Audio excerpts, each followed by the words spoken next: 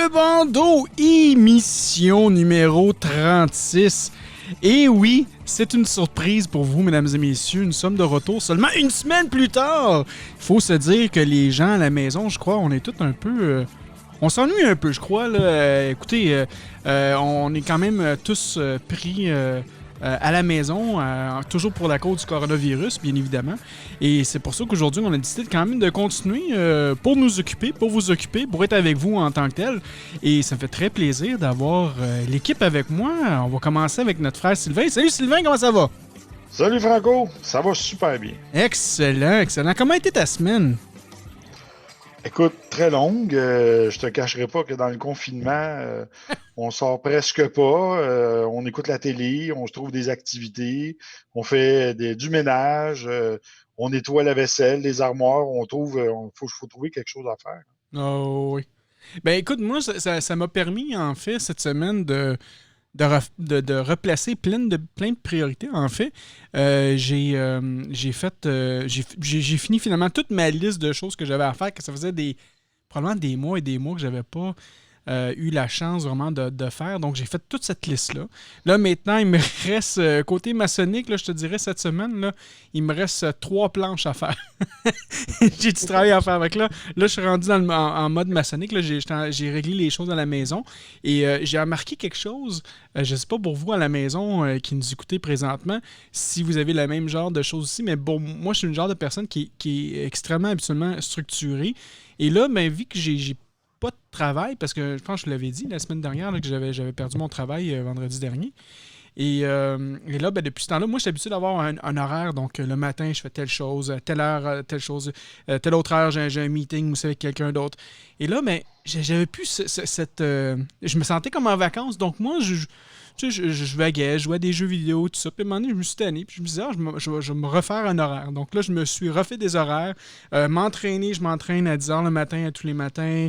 Je fais mes émissions. Là, je commence à la production d'émissions de radio. Je commence à m'occuper, tu sais, pour au moins avoir un semblant de vie normale. C'est sûr que c'est quand même un peu extrême dans ce qu'on vit, mais je peux te comprendre, Sylvain, là, que ça vient à un moment donné... assez peut-être redondant. Tu penses que c'est quelque chose qu'on pourrait qualifier de redondant, Sylvain? Je te dirais que depuis 2 semaines, là, j'ai fortement usé le plancher du salon à force de tourner en rond. Ah Et ouais, la ah ouais. télécommande, elle est très sollicitée. J'ai passé, je crois, à 2 sets de batterie, là. Alors, Oh wow. c'est sûr que je me tape des émissions sur Illico, Netflix et ainsi de suite, là. Ouais. Ah, ça vaut la peine. On peut rattraper aussi quand même certaines émissions et tout ça. Est-ce que vous prenez le temps d'aller vous promener? Là, je vais lancer la balle en fait à Claudia pour dire allô à la belle Claudia. Allô? Salut Franco, allô? Comment ça va? Ça va, toi? Oui, ça va super bien. Mais là, attends, là j'ai manqué ma shot. Attends une minute. Non, c'est pas ça que je voulais faire. Non. Maudit. C'était... Ah, c'est celle-là. Ah, c'est Claudia. Allô? Fait que toi, Claudia, comment tu le vis cette dernière semaine-là? Est-ce que vous avez fait des activités dehors aussi? Ou tu as Mais fait moi, j'ai comme travaillé de Sylvain? la maison OK. une bonne partie de la semaine. Oui. Et puis, on est allé aussi se promener. On a un parc pas très loin, fait qu'on est allé prendre une grande marche cette semaine. Donc, ça fait du bien de sortir. Je pense que j'avais oublié c'était quoi l'air frais. Tu sais que dans ces marches-là, si tu ne veux pas rencontrer personne sur ta route, là, c'est très simple. Hein? Quand tu vois des gens de loin arriver, tu pars à tousser, là, vraiment là, comme un fou. Puis je te garantis, ça prend à peu près 10 secondes, tu vois les personnes se déplacer. Moi, j'ai essayé de faire ça, puis ça fonctionne super bien. Donc là, j'avais tout le chemin pour moi. C'était parfait. Nous, le parc est assez grand pour pouvoir Faut que tu tousses pas fort avoir dans le besoin parc. d'utiliser de ce superfuge-là. Hein? C'est ça. Non, faut que tu tousses fort dans le parc pour avoir le parc à toute seule. Il faut que tout le monde l'entende. Non, mais ça, nous aussi, on va au parc, on fait de la marche pas mal à tous les jours. Moi, j'essaie de m'entraîner au jiu-jitsu. Là. D'ailleurs, là, je l'ai montré un peu tantôt, mais je me suis fabriqué un mannequin de jiu-jitsu. Donc, en gros, je vais peut-être voir avec la caméra si vous pouvez le voir un peu en arrière. Il est juste ici. On le voit. Ouais. Donc, c'est très simple. Ça prend 2 oreillers et à peu près 6 serviettes. Donc, j'ai pris 6 serviettes de plage pour faire les bras et Et les oreillers, ben, en fait, c'est le torse du bonhomme. Et j'ai mis le gi du jiu-jitsu par-dessus avec la ceinture, je l'ai attaché. Puis là, je suis capable de faire mes T'es moves prêt. le matin. Fait que c'est très le fun. C'est stimulant un peu le matin, ça relaxe. Puis ça me permet de garder en forme. Sinon, ben, avec ma fille, moi, hier, on est allé au parc aussi. On a trouvé un terrain de basket. Donc, ma fille, elle adore le basket. En fait, elle participe dans une ligue. Et disons, faire du basket à distance, c'est très difficile. Donc là, on a réussi à avoir au moins quelques paniers, puis on s'est amusé avec ça. Donc, je comprends le fait d'aller dans le parc à Jacques-Claude. Puis sinon, comment ça se passe, la réalité du travail à la maison pour toi? Moi, ça se passe bien, honnêtement. Je suis impressionnée. On est normalement un domaine dans lequel on ne travaille pas de la maison, puis on s'est organisé très rapidement, donc c'est super.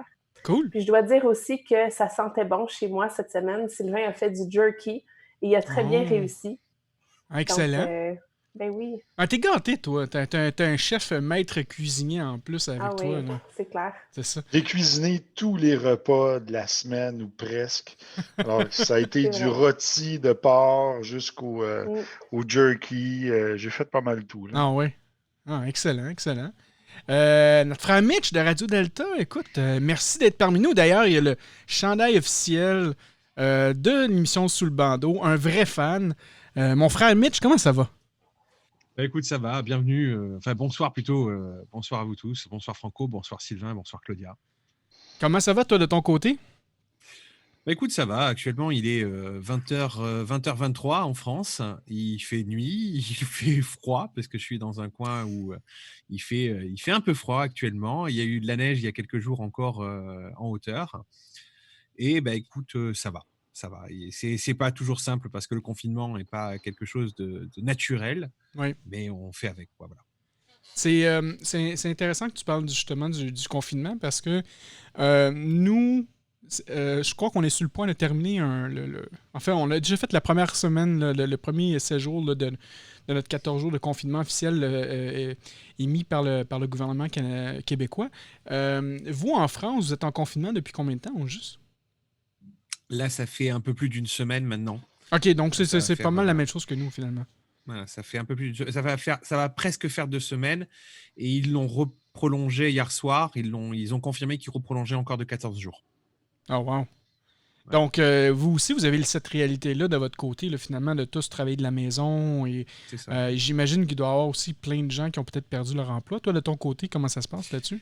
Moi, je suis indépendant, donc de toute manière, mon emploi, c'est moi. Mhm. Donc, mais ma femme a exactement le même problème. Et c'est vrai que quand tu es indépendant, tu travailles avec des prestataires extérieurs et avec des Ouais. clients qui eux-mêmes sont touchés par la crise, par les fermetures. Moi, ma femme travaillait beaucoup avec des hôteliers, et moi, je travaillais aussi avec des hôteliers régulièrement. Donc, du coup, ça pose un vrai problème parce que tous les hôtels ont fermé. Donc, les clients se mettent en stand-by, mettent les projets sur le côté. Ouais. Donc, voilà. Donc, ça, c'est un peu dur. Puis surtout, on se retrouve avec les enfants à la maison. On est quand même nombreux. Il y a quand même 3 enfants ici, plus 2 adultes. Donc, on est quand même 5. Hmm. Voilà, ça fait des journées quand même chargées, hein. C'est-à-dire que même si on ne travaille pas H24 autour de notre travail principal, notre travail qui nous permettrait de gagner de l'argent, Ouais. on travaille quand même en tant que parent, et c'est vraiment très très compliqué de tout faire, en fait. Ouais, je comprends ça. Je comprends ça. Moi, j'ai vu aussi, en fait, j'ai parlé avec quelques auditeurs. On va saluer notre frère Loïc qui est présentement en Suisse. Et il me parle, par exemple, de la Suisse comme c'est une toute autre réalité, hein. Eux, ils n'ont pas de confinement présentement. Les gens se promènent comme si rien n'était, mais je pense qu'on reçu au-dessus de 1000 nouveaux cas juste hier pour le coronavirus. Donc, c'est quand même assez inquiétant. D'ailleurs, même lui, là, il croit avoir certains symptômes. Donc, je lui ai recommandé fortement d'aller se faire tester. Là. Je ne sais pas pour vous, je pense qu'il doit y avoir des tests qui sont disponibles un peu partout en France. Là. Non. Non, non, nous, les Ah tests, non. c'est beaucoup plus compliqué, en fait, pour se faire dépister. En fait, depuis quelques jours seulement, dans ma région, ils ont installé des drives de tests. Ouais. Ils ont installé un drive de test, pour te dire vrai, hein, dans une seule ville qui est à 25 minutes de chez moi, OK. 25-30 minutes de chez moi en véhicule.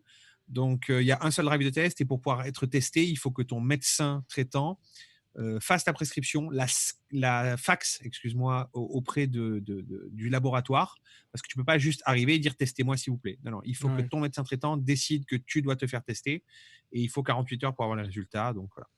Oh, c'est quand même assez particulier. Nous, bon, mais d'abord, je pense que je me sens bien dans ma province, finalement. Nous, on a des tests un peu partout à travers la province. On n'a pas besoin d'avoir de prescription ou de fax qui soient envoyés par le médecin. On appelle, on prend tout simplement un rendez-vous, puis on se présente dans un drive-in, là, comme tu disais, puis on se fait tester, puis c'est aussi simple que ça. Là. Je suis surpris quand même d'apprendre ça, surtout que de votre côté, il y a tellement de cas aussi qui ont été déclarés, mais en fait un peu partout en Europe. Là. Je suis un peu surpris de ça, mais bon, écoutez, en espérant que vous pourriez avoir accès plus facilement à d'autres tests aussi. Là. Nous, c'est très facile d'avoir ça justement là, de notre côté. Puis si on continue avec un peu avec toi sur la réalité maçonnique en Europe, qu'est-ce que tu peux nous dire, toi, de ton côté, à propos de cette maçonnerie-là? J'imagine elle est au repos. Je veux dire, il n'y a aucun frère et sœur qui se rencontrent, mais de votre côté en Europe, comment ça se passe, le côté maçonnique? De ce côté-là, en fait, ça s'est arrêté de manière assez brutale pour beaucoup d'obédiences qui ont fait passer le mot rapidement. À partir du moment où il y a eu un décret de confinement, même un tout petit peu avant, pour te dire vrai, il y a beaucoup de travaux qui ont été arrêtés avant, beaucoup de loges qui ont décidé par, par simple effet de logique de dire on a des personnes qui ont quelquefois dépassé, on va dire, l'âge limite où ils pourraient être fragiles. Et donc, pour protéger certains frères et certaines sœurs qui pourraient être plus fragiles, on va mettre les travaux au repos le temps que. Et ensuite, le confinement a été déclaré, je crois, une semaine après qu'on ait arrêté les travaux de mon côté, en tout cas.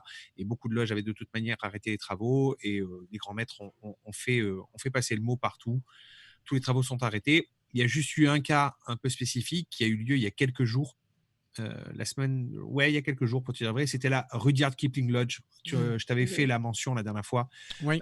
pendant l'émission en disant qu'eux allaient faire une tenue numérique. Et ils l'ont fait. On a reçu d'ailleurs hier soir sur l'antenne de Radio Delta Philippe, qui est un passé vénérable maître de la Rudyard Kipling Lodge, qui ont organisé la première tenue numérique en France.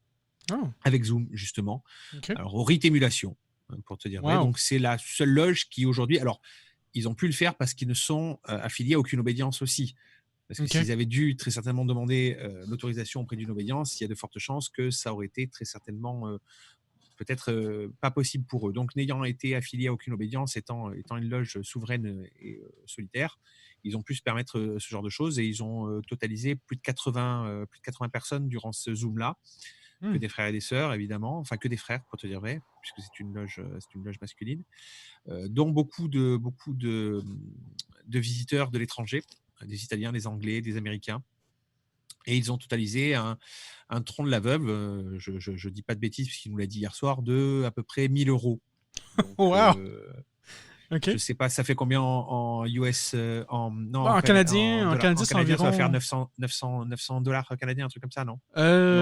Non, 1000 euros, non, c'est beaucoup plus que ça. Là. C'est probablement 1400 dollars canadiens. Là. 1400, ils ont récolté ça avec un lien PayPal, en fait, avec un lien PayPal qu'ils avaient mis en fait dans le Zoom, et ils ont replacé le fonds directement auprès d'une association qui s'occupe de gérer les problématiques des soignants. Wow. C'est intéressant parce que nous, on avait regardé ça aussi de notre côté, de faire une tenue web. Et justement, j'étais en train de regarder avec notre logiciel Zoom pour faire ça. Donc, est-ce que toi, tu as participé à cette loge-là? Non, j'ai pas pu. Pas pu parce que j'ai eu l'info un peu tard. Et le temps que je m'organise, je les ai contactés après parce que je voulais absolument faire un reportage sur eux. Entre-temps, Gilles de la radio m'a dit ce serait bien qu'on le prenne sur le direct. Et on l'a pris sur le direct directement. Et on en a parlé hier soir, justement. On a fini, je crois, il était 2h du matin, un truc comme ça. Oh, wow. On en a parlé quand même. Bon, on n'a pas parlé que de ça, mais on a parlé beaucoup de ça. Ouais. Et on s'en est beaucoup préoccupé parce que c'est vrai que c'est une question qui va se poser très certainement dans les semaines qui viennent. Du moins pour pas mal de loges ici, il y a beaucoup de gens qui ont organisé des groupes WhatsApp, des choses comme ça. Mon atelier a organisé un groupe WhatsApp parce que voilà, c'est le truc le plus simple pour garder le lien. Mais il y a quand même une volonté chez certains frères, et moi le premier, de garder un lien plus profond et de pouvoir reprendre les travaux, réouvrir les travaux. Donc, vu qu'on est encore confiné pour au moins 15 jours et on ne sait pas si ça ne va pas durer jusqu'à début mai, voilà, il sera peut-être à attendre de se poser la question de savoir si un investissement dans un abonnement Zoom serait peut-être la bonne solution pour beaucoup de loges. Probablement, parce que justement, tu sais, moi, moi, ce que j'ai remarqué depuis les dernières semaines, les frères et sœurs, nous, parce que comme on disait tantôt, je pense que c'était hors ligne qu'on parlait de ça, mais on parlait des groupes WhatsApp, des groupes Facebook, tout ça. Et nous, on a un groupe privé Facebook pour la Grande Loge Génie du Canada. Et on peut voir très certainement qu'il y a beaucoup de frères et sœurs qui, faut le dire, là, qui s'ennuient un peu à la maison, qui ont un besoin de reconnecter avec les frères et sœurs pour avoir quand même un peu de sociabilité, tu sais, d'être capable de sociabiliser avec les gens. Et je le vois et je l'entends dans leur voix que c'est dur pour eux présentement.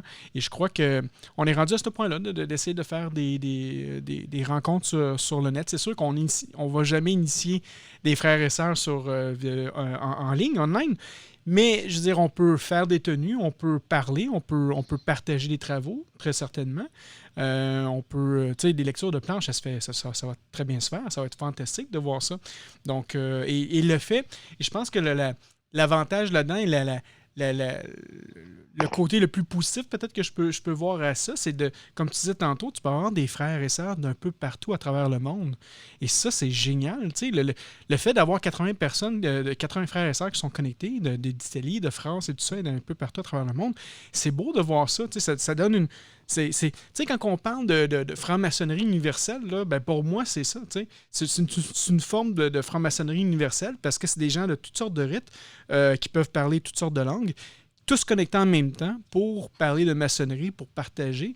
Non, je trouve ça génial. Et nous, probablement, on doit retravailler, là, moi et Claudia, notre sœur Claudia, on s'est dit là, qu'on va retravailler le rituel, juste pour faire un rituel Internet, parce que tu sais, c'est sûr, la semaine dernière, on faisait une blague, puis Sylvain il faisait une blague avec ça. Ça va être un peu difficile pour le maître de cérémonie d'aller allumer les chandelles chez les personnes, tu sais, donc quand il veut faire ses voyages et tout ça.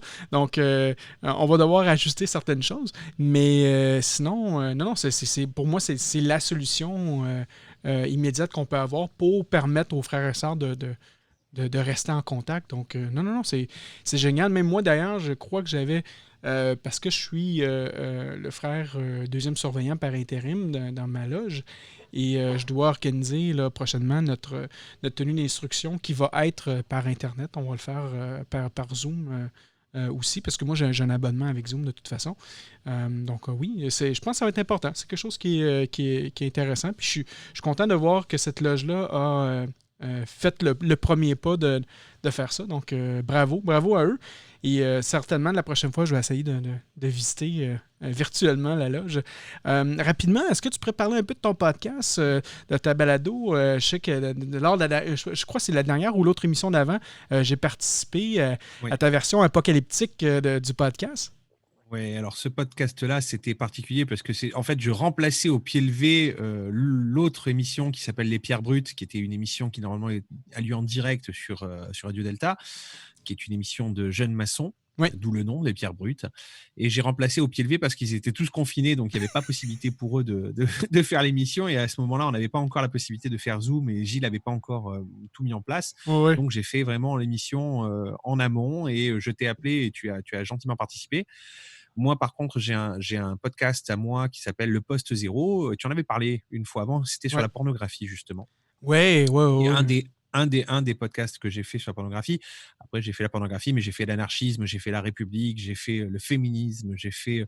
En fait, je prends un mot, un terme, et je vais le proposer dans la rue, je vais demander aux gens ce qu'ils en pensent, ce que eux croient et ce que eux donnent comme définition, parce que déjà, je suis très souvent surpris du nombre de définitions différentes que je peux rencontrer dans la rue.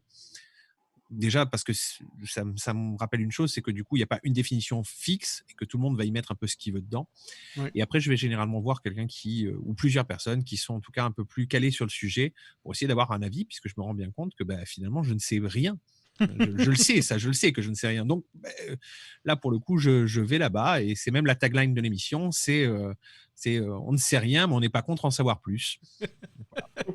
C'est ça, vous êtes des chercheurs de vérité dans tous les sujets. C'est ça. Oh, C'est ça, très clairement. Donc, moi, je cherche des vérités. J'en cherche pas une, j'en cherche plusieurs parce que je me dis qu'après tout, les vérités me donneront bien peut-être quelque chose de peut-être plus précis sur un sujet. Et puis, j'essaie de travailler là-dessus. Là, J'ai préparé le théâtre pour le mois prochain, mais ça peut être vraiment tout plein de sujets, tout plein de concepts, être ou avoir. Je suis allé, ce que j'aime bien, c'est le côté chaud-froid des micro-trottoirs. Par exemple, je suis allé demander dans un match de handball, Ouais. dans les gradins, je suis allé leur demander aux gens, est-ce que pour vous, c'est mieux d'être ou d'avoir? C'est un peu comme si tu prenais ton micro et tu allais dans un match de baseball Ouais. ou de la ligue hockey et que tu allais demander aux gens ce qu'ils pensaient de la philosophie de Kant.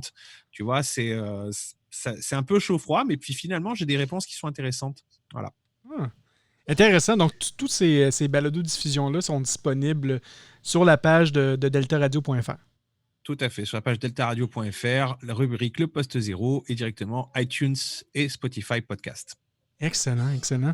Merci, mon frère. Écoutez, on a déjà fait un premier 20 minutes à l'émission. Donc, on va être capable de se permettre maintenant d'aller au vif du sujet.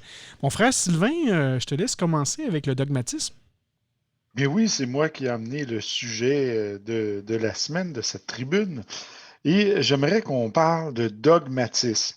Alors, je suis allé chercher la définition sur le net pour voir qu'est-ce qu'on disait. Et on dit le dogmatisme est un courant de pensée, notamment dans le domaine de la philosophie ou de la politique, supposant la possibilité d'une connaissance vraie, intangible ou d'une vérité décisive, universelle, immuable et incontestable.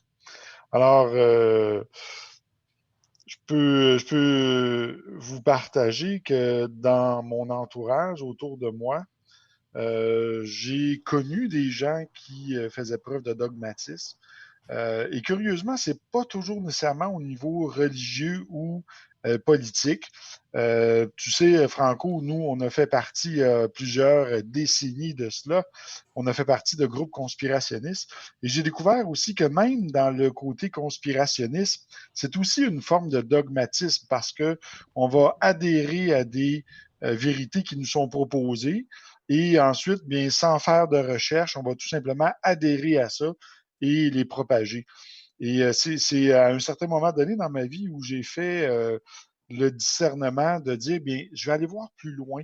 Je crois que la liberté de penser, c'est ce qui est le plus important. Ça fait partie de la liberté de la fameuse devise liberté, égalité, fraternité qu'on a en maçonnerie. Donc, la liberté de penser, c'est une liberté qui est astreinte de toute forme de dogmatisme.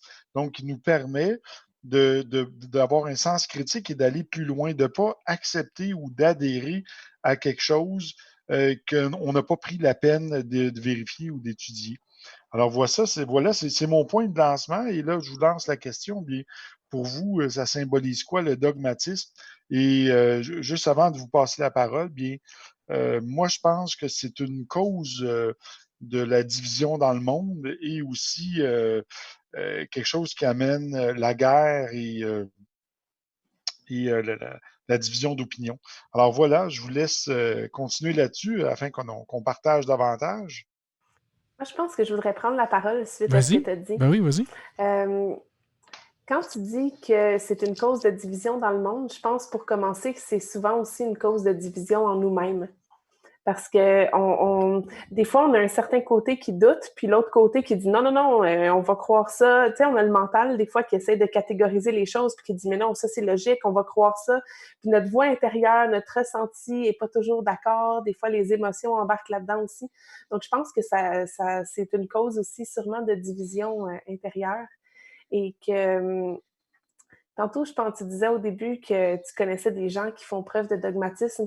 Je pense que ça fait partie du cheminement de tout être humain de passer par le dogmatisme parce que à partir de quand on est jeune, qu'on apprend différentes choses, on apprend certaines choses comme étant des vérités vraies. Et puis, ça prend un certain temps avant qu'on grandisse, qu'on commence à remettre les choses en question, qu'on se pose des questions. Pour certains, ça va arriver plus vite, pour d'autres, c'est plus tard. Puis, on s'en pose à plein de niveaux. Puis, des fois, il y a certains sujets qu'on ne remet pas en question nécessairement. Puis, alors qu'on a remis plein d'autres choses en question. Et c'est peut-être là, au niveau de nos croyances intérieures, qu'on fait preuve de dogmatisme nous-mêmes, personnellement. Oui, oui, oui. Puis peut-être moi, de mon côté, comment que je peux voir ça aussi, tu sais. Peut-être le côté sectariste, peut-être, tu sais, sectaire et tout ça.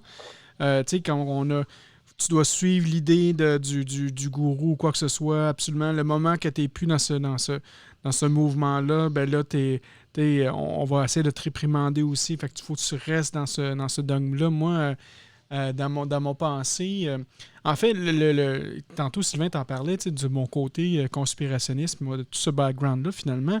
Puis, moi, ça me fait penser que dans le temps, tu sais, j'avais une radio, moi, qu'on parlait contre les francs-maçons et tout ça, tu sais, contre la maçonnerie en général, tu sais. Et moi, j'ai toujours été, en fait, un peu, pas de dégoût, mais tu sais, j'ai toujours eu une pensée critique, une pensée ouverte sur le fait, mais peut-être qu'est-ce qu'ils disent que c'est pas vrai, puis j'ai toujours voulu me chercher ma vérité, tu sais. Et ça a fait en sorte qu'à un moment donné, ben, ma vérité n'était plus compatible avec leur vérité à eux. Et ben, j'ai carrément été sorti de ce dogme-là. Tu sais, on m'a mis dehors, tu sais, à couper dans le derrière aussi, là, tu sais, parce que je voulais vivre mon expérience aussi. Là, tu sais. Fait que des fois, je crois que le dogmatisme peut peut-être emporter. Si t'es pas en fait dans le même courant de pensée que ces gens-là, ben, automatiquement, tu vas te faire sortir de là aussi. Là, tu sais. Toi, Mitch, qu'est-ce que tu penses de ça? J'ai un rapport au dogmatisme qui est très particulier parce que j'ai été élevé, comme beaucoup de personnes, dans un dogme, puisque j'ai été élevé dans la Sainte Église catholique romaine étant enfant. On m'a pas laissé le choix, donc on m'a imposé un dogme, mais c'était l'enfance. Donc je Ouais. cherchais pas à savoir si c'était vrai ou faux. Ensuite, ensuite, la vie fait qu'on réfléchit, effectivement, et je reprends un peu ce que disait Claudia. Je pense que il y a une notion de grandir. Le dogme, s'il sert à simplement nous élever ou à nous donner la possibilité de ne pas se poser trop de questions au départ, pour pouvoir se concentrer sur quelque chose et pour pouvoir ensuite y revenir, Ouais. pourquoi pas?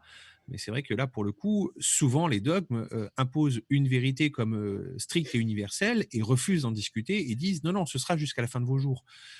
Et c'est ça qui me pose un problème. J'ai souvent pensé, quand je ne connaissais pas bien la maçonnerie, que la maçonnerie était un dogme parmi tant d'autres. J'ai pensé quand j'étais adolescent surtout, parce que c'est quelque chose qui était assez peu connu ou assez peu, assez peu.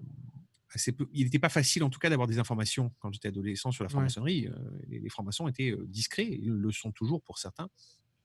Donc j'ai toujours pensé ça comme un dogme. Il a fallu que je m'y éprouve pour me rendre compte que ça n'était pas un.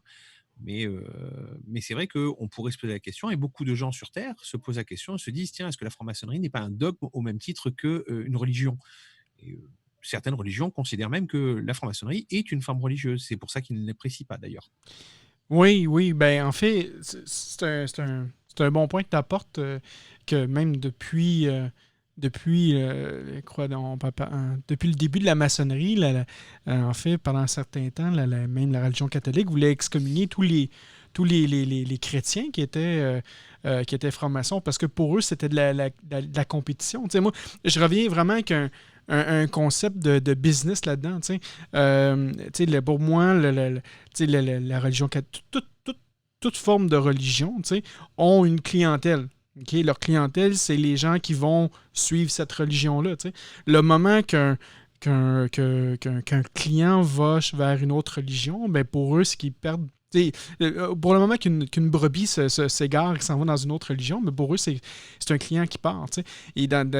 Et à ces moments-là, la religion catholique croyait sincèrement que la maçonnerie allait voler tous les membres de leur religion. Donc, c'est pour ça qu'ils ont fait autant de répercussions et tout ça. Tu sais. Et il y a même encore une fois, tu sais, il y a même encore jusqu'à aujourd'hui certains rites qui sont 100% chrétiens. Puis, parlant de 100% chrétiens, notre frère Eric qui vient de se connecter, je ne sais pas si Eric, tu nous entends présentement? Non, ça n'a pas l'air à fonctionner, mon Eric.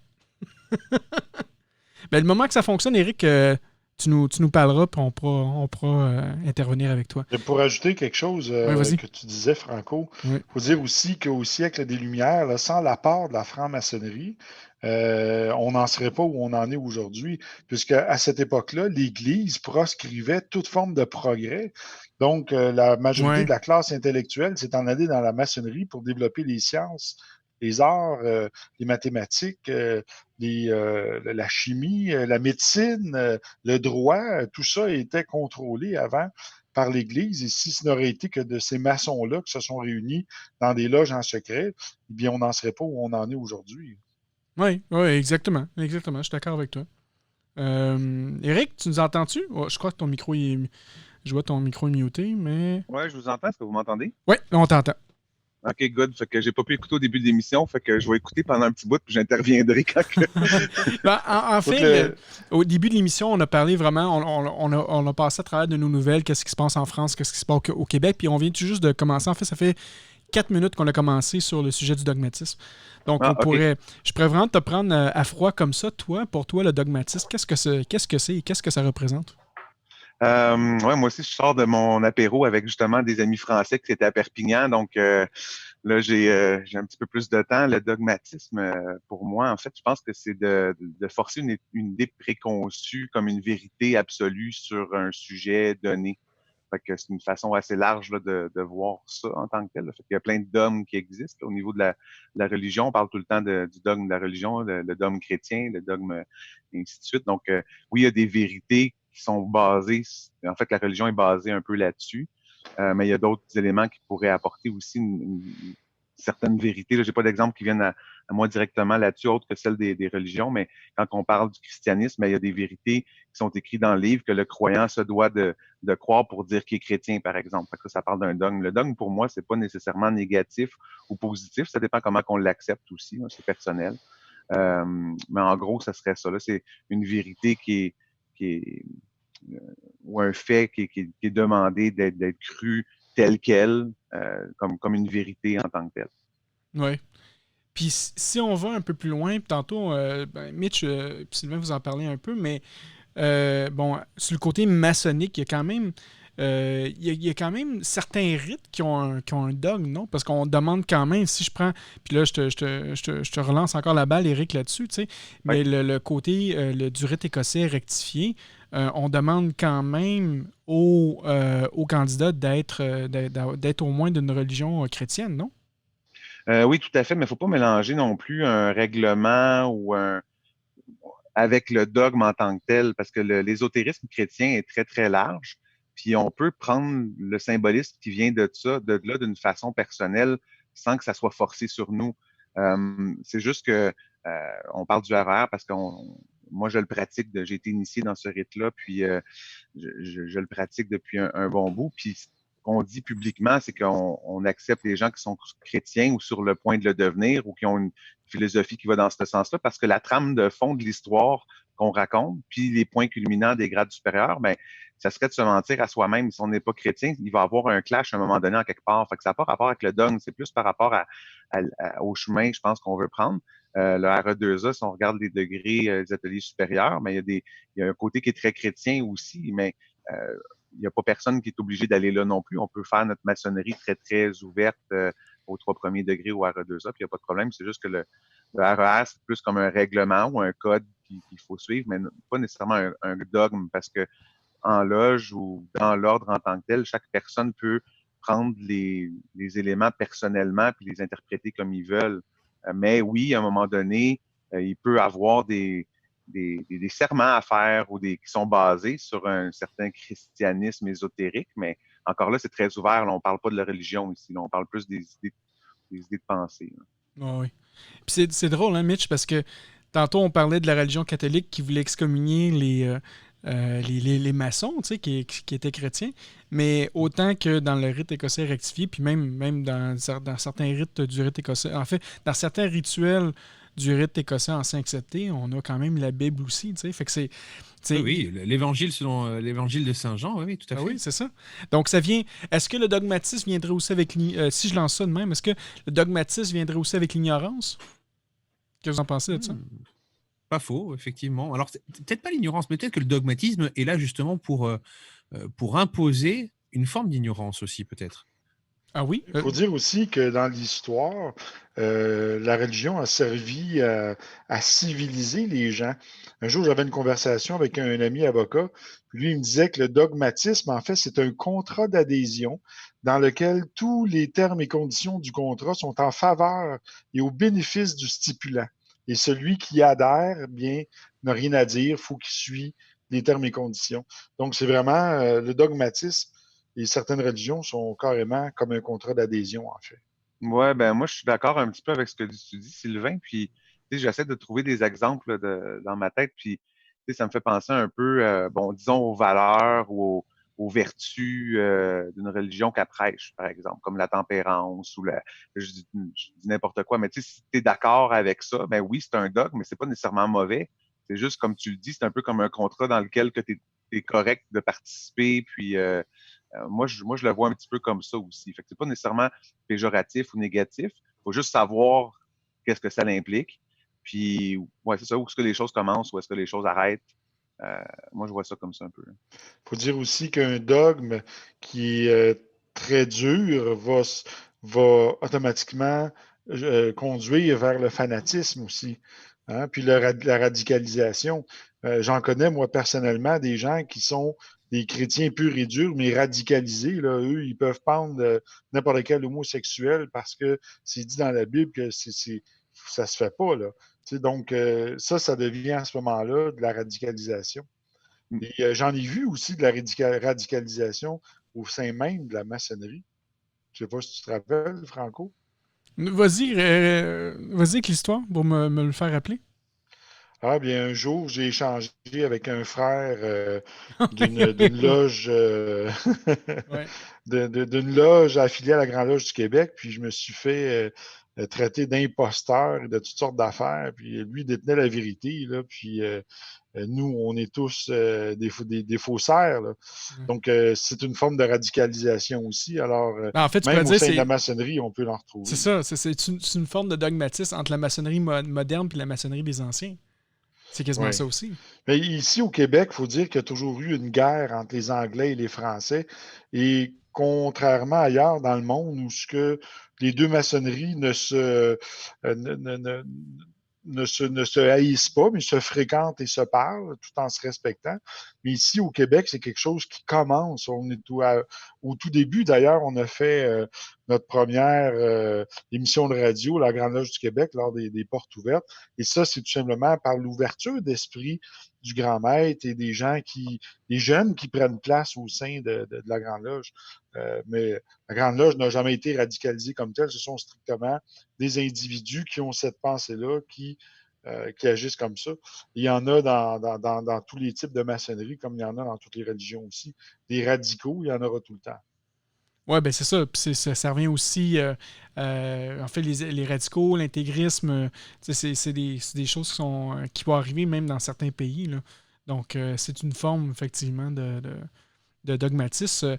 Toi, Mitch, en France, le côté moderne versus le côté ancien, est-ce que je crois que vous êtes quand même assez. Vous avez quand même pas mal de contacts dans toutes les obédiences, là, même les obédiences régulières versus le Grand Orient de France, la Grande Loge de France et tout ça. Là.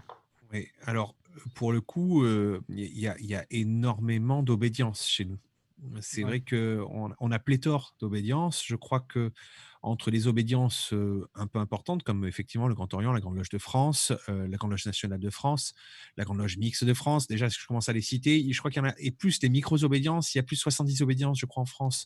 Donc c'est extrêmement, extrêmement varié. Le paysage est peut-être trop varié pour certains. Et de ce fait, entre les accords intervisites, pas les accords, c'est très compliqué. Donc c'est vrai que à la sortie, on ne vérifie pas toujours qui vient visiter, qui vient pas visiter. Il y a vraiment un cas, effectivement, c'est le cas des réguliers, qui est le cas qui se pose un peu partout dans le monde, hein, du moment qu'il y a des libéraux et des réguliers. Il y a que les réguliers où ça pose un vrai souci. Non, mais en tout cas, on ne peut pas aller visiter les réguliers. Les réguliers, parfois, s'égarent, trouvent une porte chez les libéraux et se posent là, mais on les a pas vus, on ne sait pas, on n'est pas au courant, on les a pas inscrits au tableau de loge, ils mettent un tablier blanc pour certains, comme si de rien n'était. Mais voilà, ça s'arrête un peu là, quoi. Voilà. Après, en dehors, une fois que les tenues sont fermées, que les travaux sont fermés, tout le monde se rencontre bien volontiers et puis on se trouve toujours des facilités et des frères, mais c'est pas toujours le cas. En tout cas, pendant la tenue des travaux, certains vous font bien comprendre que non, c'est pas possible. C'est régulier. Après les anciens et les modernes, oui, il y aura toujours des anciens et des modernes, quoi qu'il se passe. Nous serons les anciens de demain, même si on est les modernes d'aujourd'hui. Non, exact.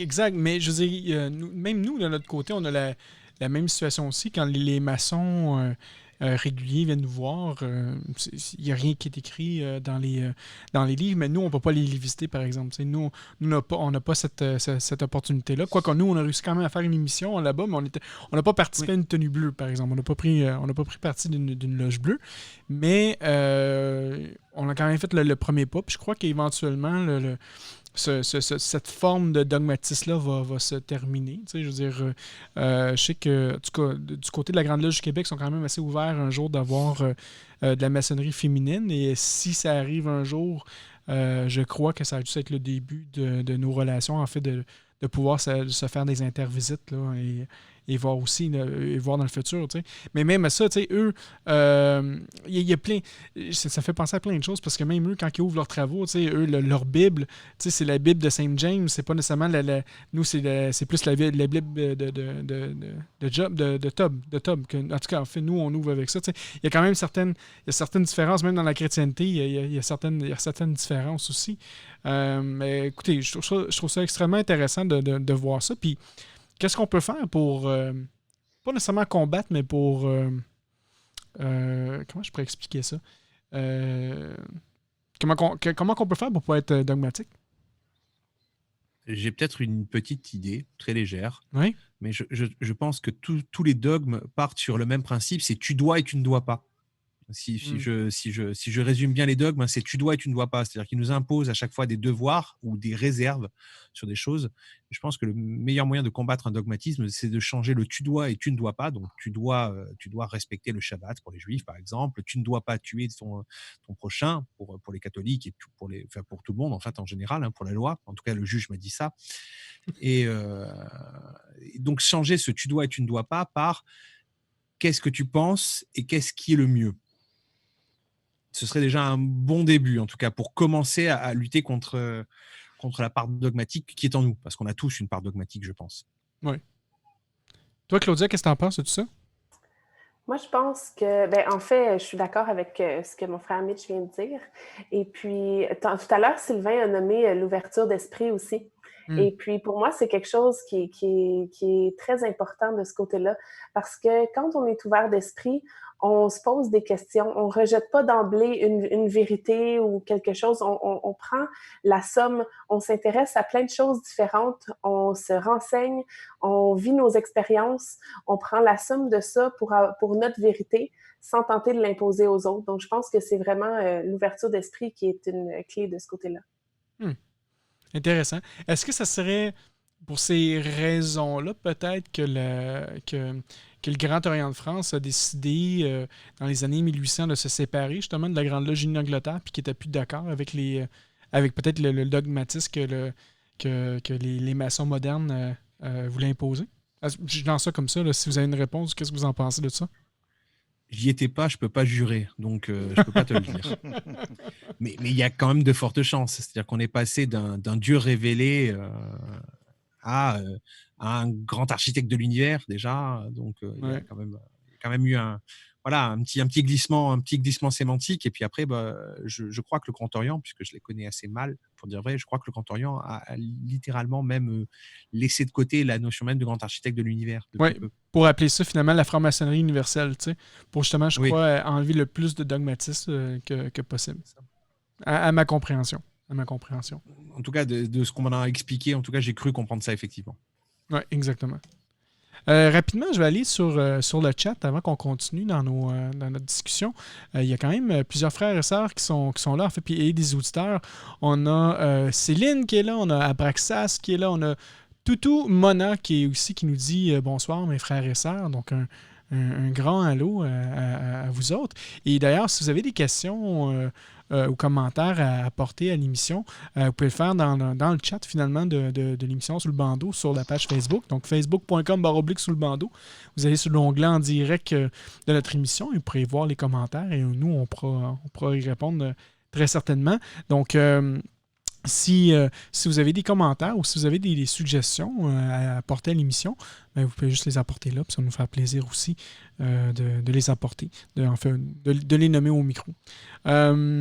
Sinon, bon, si on continue là-dedans, là, on a parlé un peu du Grand Orient de France, ma théorie sur le Grand Orient de France et tout ça. Sylvain, on fait quoi avec tout ça, ce dogmatisme-là? Comment on doit vivre ça?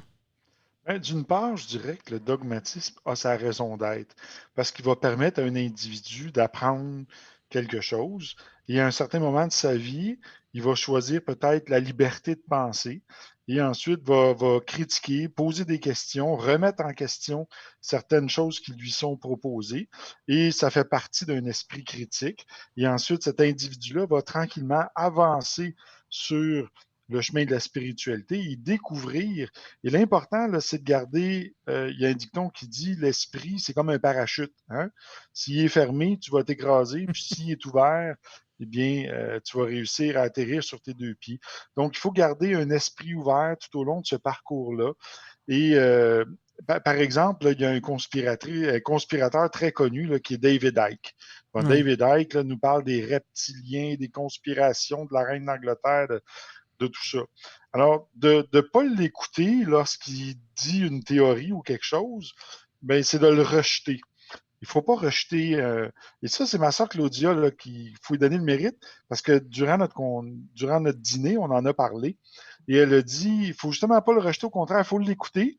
Et ensuite, on peut se faire une opinion ou une idée, et on se doit, en tant que maçon, d'aller valider si c'est la vérité. Et si on ne peut pas le valider parce que c'est à l'autre bout du monde ou pour X raison, moi, là, ça fait 15 ans que j'entends parler des reptiliens. J'en ai pas vu encore, j'en ai pas fréquenté, j'en ai pas débusqué, j'en ai jamais vu. Des Illuminati non plus, non, d'ailleurs. Alors, j'ai fini par me faire à l'idée que peut-être ça n'existe pas, mais peut-être que ça existe aussi. Alors, je ne reste pas fermé à l'idée. Alors, le dogmatisme, ça a une raison d'être jusqu'à ce que l'individu prenne pleinement conscience de qui il est, puis qu'il s'avance sur le chemin initiatique et découvre ses propres vérités. Et il y avait un sage qui disait un jour, si quelqu'un te dit chercher la vérité, suis-le, et si quelqu'un te dit l'avoir trouvé, eh bien, fuis-le. Ouais. Et puis on parle souvent des Illuminati, mais on oublie beaucoup les mops, hein, les pauvres. Hein, on n'en parle jamais de ces gens-là, les mops. Oui, les mops. Hein. Il y a eu une autre société qui a défrayé la chronique en Autriche, Hongrie, Allemagne, à peu près la même période que les Illuminati, les mops, qui est une société qui avait pris comme habitude d'ouvrir les travaux avec des cris de chiens, des grattements. Au lieu de taper à la porte du temple, ils grattaient en fait, parce que le carlin, tu vois à quoi ça ressemble un carlin, le chien, le carlin, cette espèce de petite boule un peu avec une bouille un peu écrasée. En fait, ça s'appelle un mops en allemand. Et donc, le rituel MOPS, voilà. Et pareil, ça a été une société qui a été considérée comme une société dangereuse au même titre que les Illuminati pendant un temps. Voilà. Donc, on les oublie toujours, les MOPS. Tout le monde parle que des Illuminati. Je serais un MOPS, je ne serais que deux, je porterais plainte. Ouais, mais pourquoi avoir peur de cette société-là quand leur symbole de reconnaissance, c'est se renifler le cul à chaque fois, voir si on se reconnaît comme tel? Je veux dire, c'est pas sérieux, là, ces choses-là.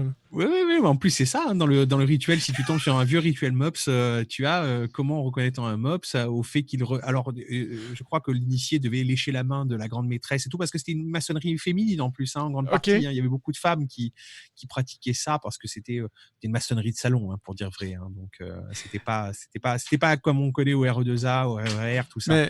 Mais là, c'est encore un autre problème. Ouais. Tout ce que tu me dis, c'est que c'est pas bon pour le coronavirus. Là, si on se lèche la main à chaque fois, là, c'est pas bon pour les frères. Ah non, clairement, c'est très mauvais pour le coronavirus. C'est une très mauvaise idée, vraiment. Distanciation sociale, RE2A, RER, c'est très bien. C'est drôle. Toi, Claudia, tu disais qu'est-ce que tu avais à dire sur qu'est-ce que vous avez discuté avec Sylvain, justement? Y avait-tu d'autres choses là-dedans aussi qui serait peut-être important d'en parler? On parlait aussi de la tradition. Okay. Parce que très souvent, on entend beaucoup, tu sais, comme là, on commence des loges peut-être virtuelles, des choses comme ça. Donc, il y a beaucoup de gens qui disent « Ah, mais non, il faut garder nos traditions passées. » Et puis, j'ai lu une planche à un moment donné, puis ce qui m'avait beaucoup interpellée, puis ce que j'avais accroché, c'était un peu la distinction entre la tradition avec un T majuscule versus les traditions, où est-ce OK. que la tradition est un peu le chemin que prend l'être humain, le chemin initiatique que prend l'être humain, qui peut faire que ce soit à travers la franc-maçonnerie, que ce soit à travers la religion, que ce soit à travers n'importe quel cheminement spirituel, développement spirituel, etc., même dans sa vie de tout être humain, là, dans sa vie de tous les jours. Et les traditions qui sont appelées à changer au fil du temps pour rejoindre les gens, pour se moderniser, puis pour les traditions porter la tradition, donc la tradition qui nous permet qui est l'évolution, en fait, inhérente à l'être humain. Donc, c'était un peu de ça qu'on parlait, du dogmatisme, parfois, de vouloir garder les choses exactement comme ils sont, de rien vouloir changer, de ne pas vouloir évoluer. C'est une forme aussi d'étroitesse d'esprit et puis de dogmatisme aussi. Oui, mais là, tu sais, OK. Fait que si on prend ça, puis on le remet sur la maçonnerie, il va y avoir des rites qui vont vouloir garder justement les traditions, les mêmes rituels. Puis là, je vais lancer la balle à Eric, puis ça fait longtemps qu'on n'a pas parlé avec Eric, mais justement, le RER, on veut garder le plus possible les rituels originaux de Willermoz. Fait que, qu'est-ce que tu aurais à dire sur qu'est-ce que Claudia vient de nous dire? En fait, moi, je pense que pour moi, le dogmatisme n'a pas rapport avec les codes et les règlements. Donc, c'est deux choses différentes. Euh, je pense qu'on, un peu comme Sylvain, on a besoin un peu des deux. Mais le fait qu'un ordre décide de faire des changements ou de faire évoluer la maçonnerie avec le reste, ben, oui, ça montre une ouverture d'esprit, mais c'est propre à chaque ordre de décider s'ils veulent changer le rituel ou pas. Nous, au Directoire national rectifié du Franc-Canada, on a décidé d'être le plus, je dirais, ça coche au niveau de la tradition puis des écrits de Jean-Baptiste Willermoz. Donc, on se permet même pas de changer dans le rituel, d'ajouter les sœurs, même si on est un ordre mixte, on a décidé d'être mixte au RER. Je sais qu'il y a certains auditeurs qui peuvent trouver que c'est une aberration, mais nous, on a décidé de faire cette avancée-là dans les traditions. Donc, on garde la tradition chevaleresque, mais il n'y a rien qui a été dit textuellement que les femmes ne pouvaient pas en faire partie. Donc, nous, on a décidé de rendre ça mixte. Est-ce qu'on est rendu adogmatique parce qu'on a décidé de changer un règlement? Je pense qu'il n'y a pas de lien entre les deux. C'est le dogme va dire, ben, tel symbole en loge, ça veut dire ça. Puis tout le monde, vous devez dire que ça dit ça. Pour moi, ça, c'est un dogme. Un règlement, c'est de dire, ben, la loge doit être décorée de ces symboles-là. Donc, tu peux pas enlever un des symboles, tu as besoin de ces symboles-là pour travailler. Après ça, toi, comment tu l'interprètes? Ben là, c'est toi qui décides. Fait qu'à ce moment-là, la loge est adogmatique parce qu'elle laisse libre pensée, libre cours aux personnes avec leurs propres idées par rapport aux symboles. Mais il y a quand même une partie de dogme, un peu comme notre frère Sylvain disait, qui est nécessaire, je pense. Mais au niveau des traditions, pour moi, puis le dogme en tant que tel, c'est deux choses séparées. Excellent. Excellent. Merci, Eric, de ton intervention. Mes amis, mes frères et sœurs, on arrive déjà à l'heure. Il nous reste à peu près 7 minutes à l'émission. On va peut-être commencer rapidement avec avec le mot de la fin. Mais avant de faire le mot de la fin, est-ce qu'il y aurait un frère ou une sœur qui voudrait conclure le sujet sur le dogmatisme? Peut-être Sylvain, peut-être le monsieur qui l'a initié, peut-être qu'il voudrait le terminer aussi. Oui, oui, je pense que le danger dans le dogmatisme euh, survient à partir du moment où les individus vont aller vers le fanatisme et la radicalisation. Et c'est là que ça devient un problème. Le dogmatisme en soi n'est pas mauvais parce qu'il permet à un individu de se civiliser ou d'être encadré dans une démarche spirituelle ou religieuse. Donc, c'est pas mauvais en soi, c'est rien de négatif. Ça le devient strictement quand les gens vont avoir tendance à se radicaliser. Parce que là, ils détiennent la vérité. Et j'ai eu récemment à discuter. En fait, il y a quelqu'un du domaine des conspirations qui m'a approché, puis qui disait toutes sortes de faussetés sur la maçonnerie. Alors moi, j'ai proposé, je dis, écoute, Je vais m'asseoir avec toi, puis je vais te dire les vraies choses. D'abord, c'est quoi une obédience? C'est quoi une loge? C'est quoi les degrés? Comment ça fonctionne? Puis, je vais te dire qu'est-ce qui était dans la mesure, là, qui n'est pas du secret. Parce qu'il disait, lui, qu'on était tous reliés à la reine d'Angleterre. Puis, j'écoute, c'est faux, là, on n'est pas tous reliés à la. Puis, lui, il comprenait pas que les loges ou les obédiences étaient souveraines, puis qu'il n'y avait pas d'autorité maçonnique mondiale comme telle qui gouverne tous les loges et tous les maçons, là. C'est pas une organisation telle la CIA ou quelque chose comme ça. Mais dans sa tête à lui, c'était ça. Alors, j'ai pris le temps de lui expliquer. Mais au fur et à mesure qu'il me répondait, je voyais clairement qu'il était dogmatisé là, dans les conspirations. Puis même si j'y expliquais les choses en faisant preuve d'une grande transparence, puis d'une écoute active, bien lui, il se fermait constamment, puis il était vraiment radicalisé. Et ça finit qu'on s'est accroché, là, puis il m'accusait de toutes choses. Et quand je lui disais, écoute, relis ce que tu as lu, ce que tu as écrit, puis mets-les au jet, là, c'est de toi, tu parles, c'est pas de moi. Puis il m'accusait de plein d'affaires, là, d'être un criminel de guerre nazi. Puis, tu sais, je dis, d'une part, je dis, tu connais pas ton histoire parce que les nazis ont chassé les francs-maçons en Europe. Donc, les francs-maçons ont été persécutés par les nazis, donc on n'a jamais travaillé avec eux. Mais lui, dans sa tête, là, on est la continuité du Quatrième Reich. Alors, regarde, je respecte sa vision, ça y appartient. Le temps est un facteur de discernement, mais c'est un exemple de la radicalisation. Et cette personne-là a même voulu entrer dans la maçonnerie et s'est fait refuser. Et parce qu'elle s'est fait refuser, peut-être que cette personne-là, elle est fâchée, puis là, ben, elle s'en prend à la maçonnerie davantage. Alors, une chance qu'on ne l'a pas laissé entrer parmi nous. Fait que là, Sylvain, je te comprends bien. Tu t'es battu entre ton dogme et son dogme, et c'est ton dogme qui a gagné, c'est ça? C'est son dogme qui a gagné. Alors, moi, j'ai rien gagné. J'ai juste voulu éclairer quelqu'un comme moi, j'ai été éclairé lorsque j'étais conspirationniste. Il y a un franc-maçon qui m'a parlé, Oui. puis il m'a dit, écoute, c'est pas tout à fait ce que tu crois, la maçonnerie. Oui. Puis quand j'ai vu ça, finalement, je me suis aperçu que je véhiculais de la désinformation. Et le jour où j'ai été initié apprenti, là, j'étais sûr que j'allais vendre mon âme au diable. Là. Finalement, je me suis aperçu que c'était pas ça du tout. Et tout le reste du processus maçonnique, c'était pas du tout ce que j'avais vu sur Internet ou ce que les gens disaient. C'était complètement l'opposé de ce qui était véhiculé là, en termes de par les conspirationnistes. Oui. Donc, je dis pas que le fait d'être conspirationniste, que c'est de la radicalisation automatiquement, non.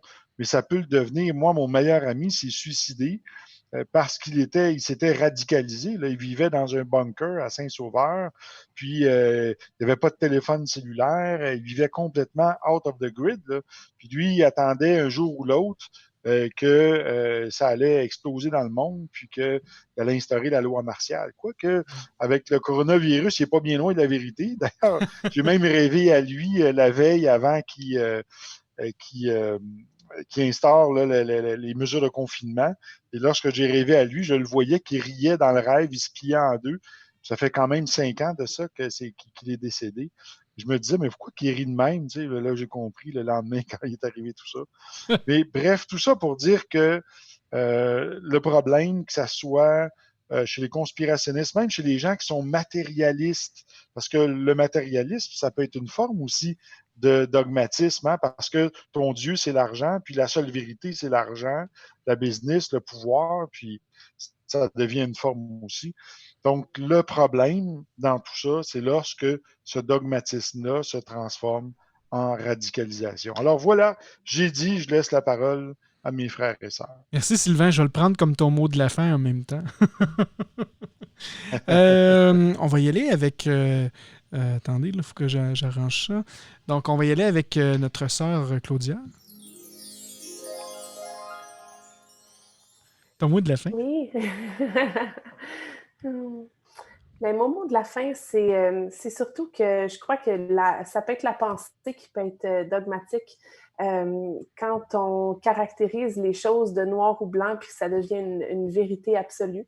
Donc, j'encourage tout le monde, en fait, à garder une forme d'ouverture d'esprit et à se rappeler qu'on n'a pas la vérité. On peut avoir notre vérité au moment où est-ce qu'on l'a, mais au fil de notre processus d'évolution personnelle et nos vérités changent parce qu'ils sont confrontés à d'autres vérités de d'autres personnes et ça évolue au fil de nos expériences.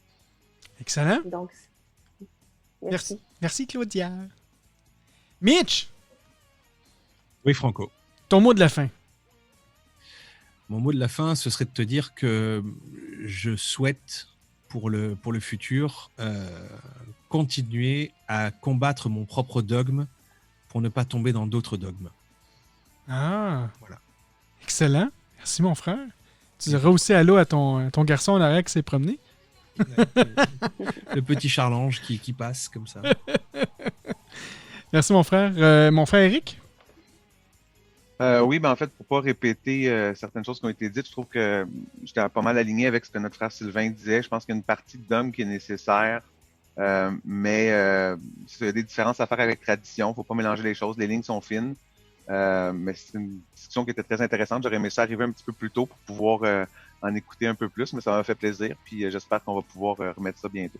Ben écoute, Eric, probablement que la semaine prochaine, on va se faire une autre émission aussi. On est rendu à faire une émission par semaine. Là. On a quand même assez de disponibilité présentement, là, donc tu seras le bienvenu encore une fois de revenir à l'émission. Et j'en profite pour passer l'invitation indirecte, on va dire. On fait toujours notre libre antenne, nous, tous les soirs, toutes les nuits sur Radio Delta. Alors à partir de 23h30 heure française, donc ce qui va vous faire très certainement sur les coups de 19h, 20h heure québécoise, si je calcule vite, par Zoom aussi. Donc vous êtes bien évidemment le bienvenu et c'est avec plaisir que l'antenne est ouverte à tous, à toi Claudia, à Sylvain, à Eric et à toi bien évidemment Franco. On t'attend avec impatience. Oui, ben je viens de m'envoyer l'invitation. Donc je sais que demain il faisait une émission, mais moi demain j'ai une autre émission que j'organise qui s'appelle d'ailleurs La Quarantaine. Si vous voulez écouter ça sur notre page Facebook qui est facebook.com/quarantaine podcast. Donc c'est 5 podcasters que je connais depuis au minimum 15 ans de ça. Et on fait une émission hebdomadaire aussi qu'on parle de la nouvelle, d'humour et tout ça. C'est pas un podcast maçonnique, mais c'est un podcast de nouvelles humoristiques. Donc, vous êtes tous invités aussi là-dessus. Moi, de mon côté, mon mot de la fin, en fait, c'est que je veux remercier tous les membres Patreon. Donc, merci à nos patrons. Donc, on a le forfait à 3$ par mois qui est la pierre brute. Donc c'est le Fat Pack. On salue nos amis du Fat Pack.